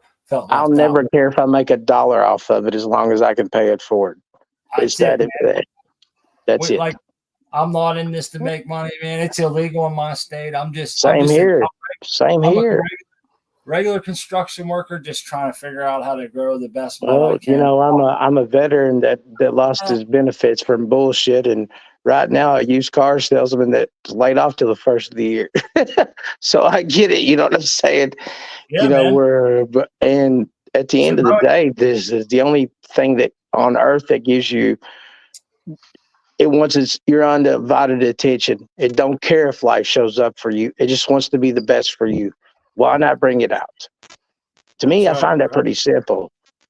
No, you know, I mean, I'm glad you're here, man. I'm glad you're a part of it. I'm glad you feel that way about growing cannabis, and I hope you continue to spread that around and pick up some knowledge and continue to spread it. And yeah, man, we got the link up there for the Cocoa for Cannabis Challenge. I see Collective Mary Jane said they just started their journal, and I know they're going to have some nice. I don't have a computer yet. You know what I like about this New Year's Grow Challenge, and it's something that is a little different, is I'll be able to post my pictures that I like to post on Instagram anyway, and tag the Cocoa for Cannabis, the New Year's Grow Challenge 2024, and that can be a part of my journaling. Mm-hmm. So that's fun. Or jump on here and show. Yeah. Also, another way is to come by the show once a week or twice a week if you'd like, and jump on, give us a quick rundown of what your plants are doing, and you can use that as well. So that's right. Something cool to do. I'm hard on myself. I'm hard on myself. No offense, and like right now, since I got my new lights and I'm navigating the LED, I take my pictures for accountability only, if that makes sense. Because I feel like as much as you all have given me, that as priceless as it is, like I said, this is shit that I've dreamed about forever, okay? And it's happening. But you have to grow for yourself, Roy. You never want to take pictures just for accountability, Roy. You never want to take pictures for No, I vanity, love man. them because I love to take pictures and they amaze me. And you know what? I get sad when I flower them. I get sad when I harvest them. They're dead. They're gone. Yeah. No, don't get sad, Roy. Give Oh, them, yeah, you got to be happy about that stuff. I Let do. your That's why I say I'll see you again, love. I'll come back to you. You know, like when you harvest a deer. it makes it okay, though, is what I'm getting at. But I love, it's a living and breathing thing. And Hey, it's Roy, just amazing. Just like when you harvest a deer or any animal, if you've ever done that. I have. I'm a hunter. I do. I feel the same way even about that. Where I'm a fisherman too. Respect, man, for its time that it grew, the life that it gave, and what it's going to do for your medicine. And a lot of people, remember, this is medicine for a lot of people, man, and and that's exactly how they look at it. It's important to them. So the accountability is only to yourself and what your expectations are. No, it's the accountability to it. Lay my last is what I'm saying. Right on, man. Me as the operator. I like to look at it as my pictures, whether they're good or bad, Roy, are going to help me remember in the future. They're going to help other people see, and then I can explain to them what my problems are or what my benefits are in this grow. Because there's times where we come on our plants are crushing. There's times we come on here and they're not doing so great. And so that's where the pictures come in. They're worth 1,000 words. And if you can add those to it, you learn from it. Everybody else around you learns from it. But can I ask you another question, though? Can I ask you a serious question, all of you? I have a real serious question to ask all of you, though. You know, it doesn't happen every day in life when somebody gives you, when you know how to drive a Ferrari, okay? That's the best thing I could describe it as, okay? And it just, I get taken back by it so much. And I ask people, and I don't mean to sound like a weirdo, have you ever seen something actually grow in front of you? Literally. I see my plants grow, Roy. And I'm talking about farmers used to sit outside to listen to their corn grow. Oh, I've heard of it. But no, yeah, that definitely, I wouldn't say I'll call you a weirdo, but I'd say that's pretty wild. That's a wild thing, man. I've never heard anything grow. But the cardboard box educated me on that. No offense, it was intimate. Hey, I'll say this, Roy. When I open my tent, I can usually tell if it's a good vibe coming from there. If my plants are doing good, it's something about it I can tell. If I unzip my tent and my plants are semi-sick, I feel like I get that vibe too. And it might be cool. I tell people, you can call me crazy, but that's how I feel. I get that vibe, you know. But I've never heard them grow. And well, no offense. That's why I say no offense. But guess what? So my first experience, that re-veg I kept alive for 40 weeks in that cardboard box. Then I got a 10 and got a T5. I got a 1/4 ounce veg of that plant, and then I found you all. And the rest is history. You know what I'm saying? And it's just how it is. I sit and listen. Either you want to do this or you don't. You know what I mean? And I'll never get off this hunting without buddy. Roy, let me. I don't want to be too blunt, but you keep coming back to this. I just want to say we all understand that you're grateful to be learning how to grow. This is a very impactful thing for you to be a part of this community, and you know, and everybody here shares that same sort of intimacy about the plant and the collaboration. And I don't want to be the naysayer, but it seems like every time you get on a subject, you keep coming back to those same 2 or 3 issues. Let's move on. Let's talk about. Yeah, okay, respectfully so, and you're right. I just try to stay humble to it, and you're right. You don't need to read it. You know what I'm saying? But, you know. Yeah. Okay, 10-4. And moving forward, it's just like my whole thing is how do we pay that forward? You know what I Well, mean? we're To be- doing that by sitting here. Yeah, we're We gonna do that by sitting here and having fresh topics, Roy. We talk about fresh things. We talk about how we're going to grow. We talk about how we're going to train, you know, and it seems like, and I really enjoy your company, but it seems like you keep coming back around to your love and for the plant and how much. And we It's got not the love; it's just the appreciation. I'm sorry, I apologize. You're not wrong. We the message is well received, and everybody appreciates all that. We're the same way, but we have to kind of keep like a flow to the show, man. We have to keep moving with subjects. We have to keep staying fresh here, and we kind of keep getting bogged down on that one thing. And I'm not sure how else to put it. I'm not like I said, I'm just a regular guy trying to run a show here. Word, okay, I didn't. Okay, I understand. It's all good, buddy. But I wanted to ask some people like maybe XYZ, how's he going to train his plants whenever they come up here? Are you going to wait till 3 nodes, 5 nodes? You're going to remove them early? So what I'm gonna do is I'm probably going to train them once, but it'll probably be at the bolt. I'm thinking the bolt. That's my plan. You're gonna wait till the bolt. See, I always try to. This is what it depends what I'm trying to do, man. And with these 4, we're gonna do XY. Sometimes I get a little scared with training them out too wide because I run out of room. You know what I mean? And I don't want they start laying on top of each other, and if I let them grow too tall, so it's like a grower's lament here. I figure if I grow them too tall, then they're going to lay over on each other. And if I just kind of maybe I don't know, if I try to lay them too flat, I'm going to have it just gets to be too tough to try and keep them all in. Then I feel like I got to trim a lot off, especially doing the long veg like I want to. So these are always I run into all these brick walls, man. And my wife's like, "You're very neurotic about it." And I'm like, you know. So the training can sometimes really get us. But yeah, and then it does get away from us though sometimes. You're looking at my plan B. I got a whole nother tent. It's empty. I'll fill it up. It's on the same water. So yeah, that's my plan B. Do you all low stress train? Well, it depends. Sometimes. It depends, but the main factor for me is trying to get for the amount of space that I'm lighting. I want to get a quick veg, you know, and then get to harvest. So it depends on, you know, there's a lot of factor there on how low stress training. If I have want to maximize my space. Yeah. But it depends what you're looking for. Do you want a big plant? Or do you want a bunch of little plants? Because that's going to dictate a big plant. All right. For my space.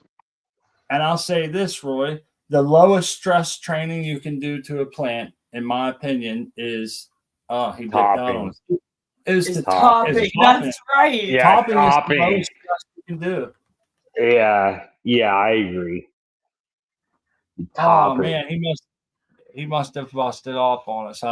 But yeah, and you know, the problem with low stress training always got us is I snap the branches, man. Mm-hmm. You know, and or what will happen is if I think I have it set up to where it'll be able to release its own tie, sometimes they get a little bit stiffer than I want, and it rips its own branch off if you don't get in there and get to it. You know what I mean? Yeah, that's why I only like to do a topper. Like I'll put a net in. And I'll leave it in for like a week if I can, and then I'll take it out.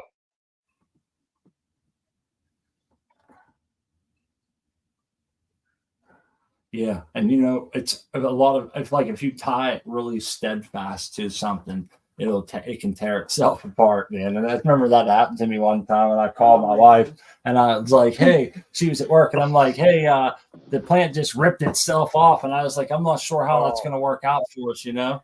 Huh. Yo. I was in a high stress part of my job too, like where there was a lot of hectic stuff going on around me. And it was hard for me to even be there for him. Like I felt like he needed more support from me. And I couldn't be there for him. But I remember being panicked the whole rest of my day at work. I had that anxiety about me, like, oh shit, there's a plant that's all fucked up at home waiting for me. My. Yeah. You're all panicky. You're like, my plant's ripping itself apart. I trip off worry about the environment. Well, I tell you what, Roy, when it comes to training, you asked about low stress training. It's pretty much that my steadfast rule is the lowest stress training you can do is top your plant. It's the one thing that you control 100%. There's no real way to make a mistake. And your plant recovers quickly. It really busts the apical dominance and gives all your other colas equal growth hormones. And it really is one of the best training methods, I think. And it helps fill a space. If you're a guy that likes to pull your plants down like you do, that's the way to go. And then depending on how big you want your plant to be, you can take all those tops and top them again. I do that. And and you were talking about taking clones. So imagine this. This is my best method for taking cuttings for my success when it comes to taking cuttings for clones. You start from the top, and I usually count down I try to wait for 3. That way I got about maybe 1/4 inch to 1 inch to be able to scrape and dunk in the clone gel to go to the easy cloner. Or in my case, 13 and 2 in the cardboard box and soil with humidity dome on it. I've had more success like that. I'm still trying to learn the easy cloner better, but that's been my experience. The same way that you would when you top. Yeah. Cool. That's a good method, man. It's nice to see people find a groove and they have success with it, because once you can get that down and continue to replicate it over and over, it gives you power as a grower, and you can grab any strain you want and keep it around. Well, I don't talk about nothing I haven't attempted, or otherwise, how do I know? Yeah, it's always a good talk, man. I love when you see them roots. You're like, oh shit, there we go. We got it. It's here. You could save that for as long or as short as you want to at this point. Keep it around, I'm getting up, but that was in soil though. And the easy cloner is a challenge for me. I'm gonna lie to you. And gotta keep. I did okay. I'm gonna try an air layer. I'm gonna do an air layer. Yeah, there you go. I can't wait. Yeah, this is going to be pretty cool. It's going to be fun. Our buddy Ross Anate came on and showed some of his air layering techniques. I think I like it, man. I like it. It infatuates the shit out of me. I mean, real talk. Have you ever heard of the air layering before, Roy? Yes. Did you ever try that one yet? No, sir. I've only done this. I haven't either, but XYZ is going to try it on one of his plants, man, and we're all going to have That's a beast. That's a freaking beast. It's going to be powerful. I see some people do it on the fruit trees and shit, XYZ. You've probably seen that too now that you probably did a little research on it, huh? Uh-oh. We lost you, buddy. Having some problems with your microphone. We lost XYZ. He sounds like a robot. I heard it too. I'm a robot. Oh, you're coming back. You're coming back. You're coming back to us. Yeah. We still got about 10 minutes. Don't run away yet. Well, no. This is what I'm going to print my thing in. This is called TPU, but it's like a rubber. It's like a rubber plastic. It's so cool. Like you can see me pulling on it. It's not breaking.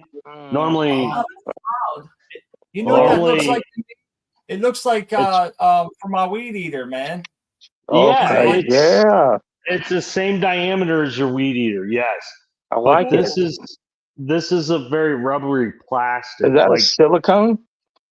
No, it's called TPU. That's for your 3D printer.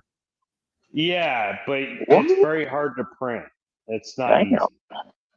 It's like pushing rubber through a cement mixer. That's nuts. I know. He got some wild cool stuff over there, man. He's an engineer. My dog. That's my dog.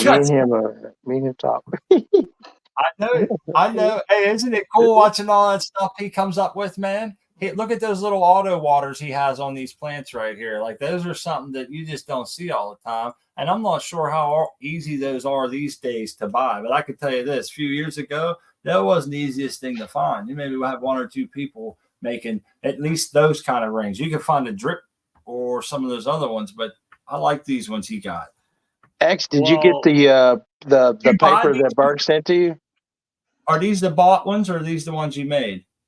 I make these. You can't buy them. You Yeah, can't buy them. them. Not That's the what he little does. ones. That's what he Yeah. does. Look at him. He's showing everybody. You can buy them. You just have to get a hold of XYZ Vector and talk turkey. Yeah, I'll make you some if you want some. For a nominal fee, huh? Yeah, Very probably nominal. about $2 a ring. Yeah. Not something exorbitantly expensive. I'll That's sign a probably disclosure. There you go. Oh, I can't charge you for those rings. Those are open source. See, I knew they're you were not going to my say that. rings. They're not my What's rings, that but what do you mean? They're free to everybody, like the Yeah. blueprint. yeah, the blueprints that make that print, yes, it's free. Oh, So I can't charge you for something that's free. No, that's cool though that you have them, man. That you have the ability to make those right in your house, and that's something to me. Yeah. I still find that technology quite interesting. You know what I mean? That you can do that shit. Hey, That's got to be convenient if you're like clumsy like us and things just break yeah, because they bend or something and then it just snaps. You can go get your 3D printer to print you another one. That is really Yeah, but that requires you to design the piece. It's not as easy to think. If you have a file that you want to print, yeah, it's easy, but you got to find it or make it. Jace wants his automatic defoliator, man. That's pretty cool. I know you got your hands in a lot of stuff right now. How did you get your pieces all back together for your auto fert? Oh yeah, it's all running right now. Everything's ready to go. Yeah, Well, the plants are sitting there. They wouldn't be sitting there if it wasn't running. Well, I thought you had them on a lifesaver system until you were done, because these plants were started before your thing was done, right? Yeah, but they're just seedlings, and the next day I got it running. Okay. I just planted those seeds to kick my ass into gear. Like, oh, you got to get this done because you got seedlings. I didn't know if they was on like a little side life support system until you were done building your shit or what, or if they're in it now and ready to rock. Okay, good to go. I'm glad to know that. I was hoping you'd make it in time. Oh yeah, I made it. Well, I made it since these plants are growing. They're 10 days old, so I got in 10 days before. Hey, and I'm curious to see, because you've already told us many times that you're going to be gone for a long stretch here during this grow, and you're going to be relying on your automated system quite heavily. And I'm looking forward to that, man. I wish you watch it along with it. This is the year of the XY.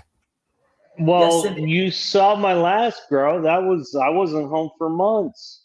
I didn't even get to harvest it in time. Yeah. I mean, yeah, it's automated. You didn't get to harvest it in time. That's Stop working so hard, man. You lost some of that, didn't you? Yeah, I lost 60 grams, man. That's a tough one.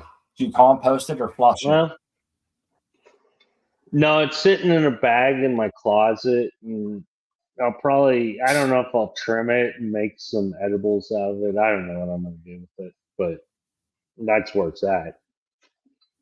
We have a video on our YouTube of us cutting out some mold, and it's probably on our Instagram too.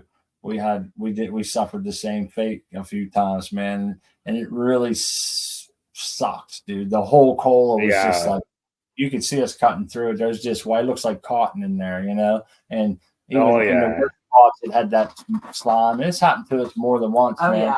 And it's changed our actual practice of growing. I've stopped trying to be smart that gets massive, huge colas wall to wall. That, you know what I mean? It just that shit don't work, man. You know what I mean? And these colas, they're so fucking dense. They're like rocks. It's like, oh wow, yeah, I can't quite throw it away. It's like, damn, that's a rock.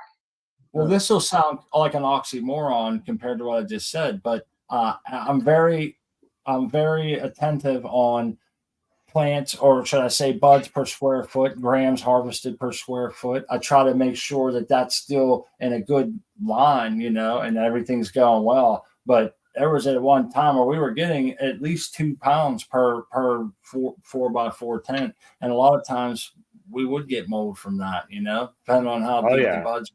And we would have everything pumping and trying hard to pump 2 tents, and we run into problems. So it's changed. Like we've started switching and having tents on and off at different times. So we have heavier loads of humidity on different times instead of all at once. We tried to thin out and go maybe smaller plants with less colas and shit, And so it does. I think all people are like that. They meander as growers and change their ways, and they find grooves and they find what works best. Different situations, and it all comes with experience. There's no substitute for that, right? No, not at all. I mean, I'm a year into it too, man, and I've grown some dense buds and 2 dents, and I like them a little bit more airier because they always turn out better. Yeah, man, it seems like just having room to work and be able to make sure that you don't have sacks or being able to clean them up correctly so that you're only growing flowering the sites that you want to keep, that are going to produce well. And, all that shit goes hand in hand and comes with time, and it helps. So it's a lot of fun to be able to meander and grow tent after tent, isn't it? Yes. And watch things change. So we appreciate it. But we're down the last couple of minutes, man. Yeah. The show is come to an end. I can't believe I've stayed up this late. So you guys are like 1 a.m., aren't you? It's 1 a.m. I'm ready for bed. I didn't have Buenos noches. Hey, I'm old, lame, and stoned, man. Yeah, I feel lame because I get so out at 1 in the morning. Meto viejo. But anyhow, tranquilo. we'll go around the horn here. Everybody can tell everybody how. I'm sorry, we can go around the horn. Everybody can say their goodbyes, tell people where they can find you if you wish, and we'll get to start off the new year correctly. We'll get to see everybody on Wednesday, hopefully, when we come back to do the next show. And we'll start with you, Roy. You want to tell everyone goodbye and let them know anywhere they might be able to find you to talk about growing? Happy New Year, everyone. You can always see me on Cocoa for Cannabis, RBT for her. Thank you. Thanks, Roy, for stopping by. Hanging out and chatting with us. Yeah. Next up, XYZ. XYZ, buddy. Yeah, you can find me on Cocoa for Cannabis. Hey, post your grows, New Year's Grow Challenge. Post them on Instagram, and make sure you start out a quick journal on Cocoa for Cannabis. But other than that, check me out growing on Cocoa for Cannabis, and check out the forums. And thank you so much. Thank you, XY and Roy and everybody that stopped by, and Smut and Doc MJ. And Doc MJ. We had such a great time, a lot of great energy. Let's bring that magic into the new year. Please stop back on Wednesday. We'll see our plants and see what's going on with these little girls that we just dropped. Yes. Girl love, everyone. Happy New Year. Grower love. Happy New Year. Happy New Year.